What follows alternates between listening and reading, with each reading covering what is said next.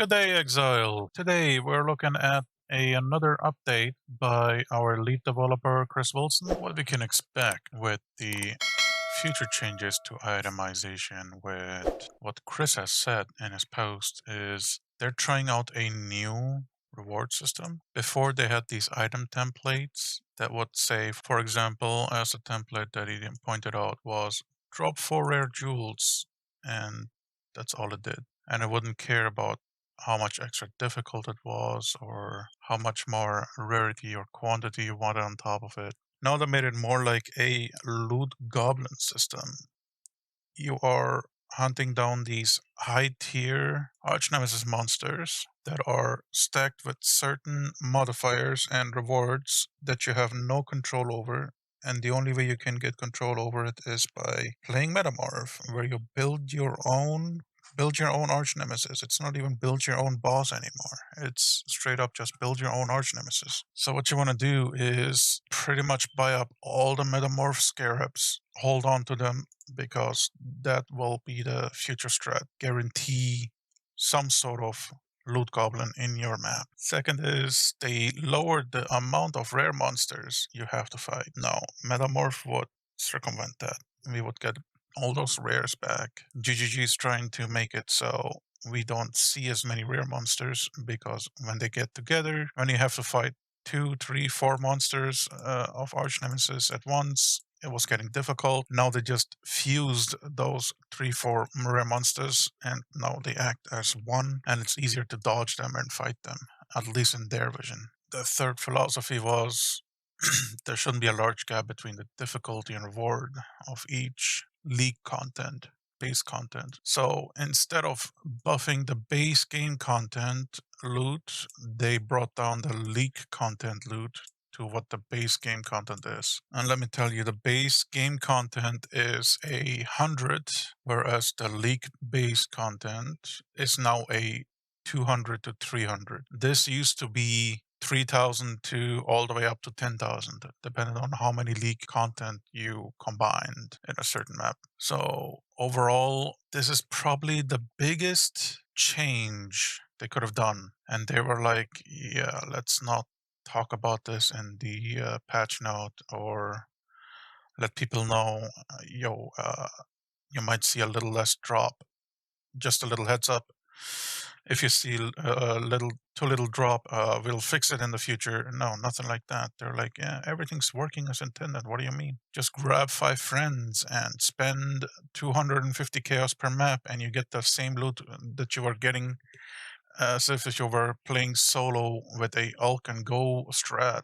Comparatively, if you were doing a Ulk and Go map in 318 Sentinel, you were getting as much loot as you are getting now in 319 group play with Omega Juice and Perfect Atlas Tree for the most amount of loot that can drop out of, for example, Alva.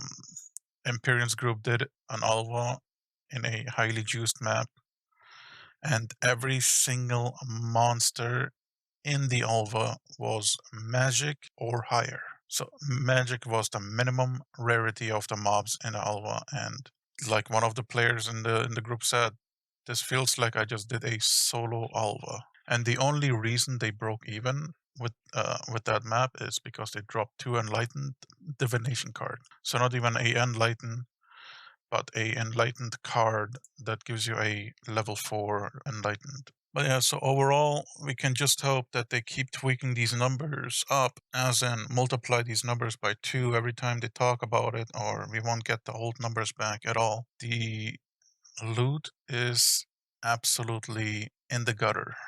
If you want to still make currency, if you still want to be able to pay for your build upgrades, and overall just make consistent currency like you did back in 318 Sentinel, all you got left to do is Heist. Heist is the only thing that was completely unaffected by this change, and certain league mechanics in the map, but like essences. But since Arch Nemesis affects the essences, it's way harder to kill them. You can still go for them if you're playing like a Deathwish Ignite Elementalist that just does absolute batshit insane damage. Somewhere in the ballpark of 50 to 60 million damage per ignite or something. That's the only build that can reliably kill those huge quintessence, it's what's called quintessence modded archnem essence monsters. Unless you have a build that does millions, I mean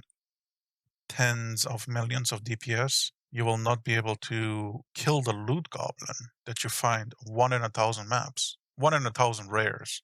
So pretty much 1 in like 200 maps you'll see a loot goblin. The loot goblin will have either Lunaris Touch. We can actually pull it up right now. All right, I found the website or the page at PVDB. It was hard to find it because I had to write the exact name of it. It was keep sending me to the Archnam League rather than the monster mods. So here you can see at one glance what certain monsters do and what they give you.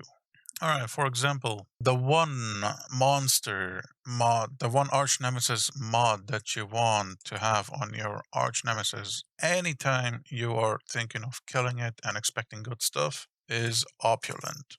Opulent is the only thing that will give the monster a 20,000 rarity and 10,000 increased quantity. That's the only time you're going to see anything drop from that arch nemesis that is valuable. And you want to combine that with empowered minions. If you're looking for 6 links, you want a empowering minions opulent with temporal bubble. So every time you see a temporal bubble and a opulent, try to kill it. As much as you die, just try to. You might end up with a decent, fully linked rare that has possibly good mods that you can then sell for a divine or two. That is one way.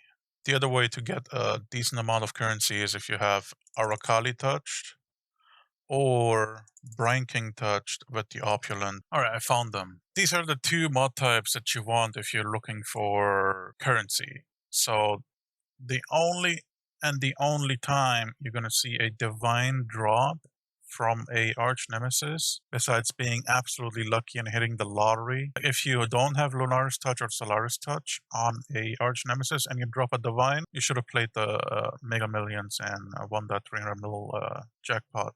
So here it says, drop items are converted to currency based on rarity. We don't know what the breakpoint is yet. Somebody is possibly min-maxing this and trying to figure out what the minimum required rarity is to get only divines, or at least get some divines. I'm guessing to turn a Scroll of Wisdom into a divine, you would need anything between 1,000,000 rarity or so, 1,000,000 or 3,000,000 rarity. That's not going to happen.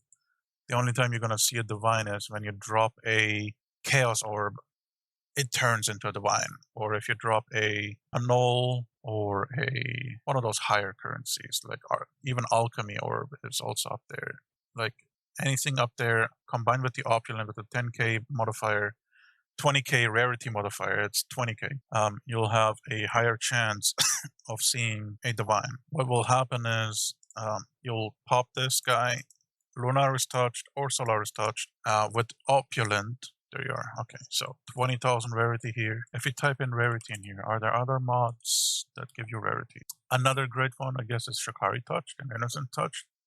Can give you winged scarabs. Innocence touch can give you winged parents, and Shakari touch gives you currency also. Okay, that's 3 arch nemesis mods that give you currency. Shakari, Lunaris, Solaris, and Innocence is the scarab guy. Kitava touched. I don't think there's no shot anyone's gonna get Kitava touched and Shakari touched or Lunaris or Solaris touched, and then have Opulent on top of it too. Like, I don't think this happening would be, if it happens, it's a 1 out of a couple billions, but that would just straight up mean that you'll drop 2060 mirrors or so. At least that's what I think will happen. If you're upping your rarity from Exalts, the only way up is either Mirror Shards or Mirror. There's nothing higher than Exalt and Divines that I can think of that goes in between those two currencies and a mirror. Maybe the stupid feather. Yeah, that's the only other thing I can think of. Yeah, if you drop 10 feathers, tough luck, my friend. Like, I feel sorry for you. But yeah, pretty much I will link this site down there. You can memorize all the monsters you want to go for. I personally looking to like empowered elements. We see it so often. It's nice. If you get empowered elements with opulent, it is so nice to kill them. It's just a screen full of fractured items. If you have effigy with the other two that I was talking about, with the linked and socket. So magma barrier is the one. Effigy, empowering minions and magma barrier. You know what? I will make a more in-depth video about a graph showing you and finding possibly a Google sheet that lays out all these monsters and what monsters you're going to look for.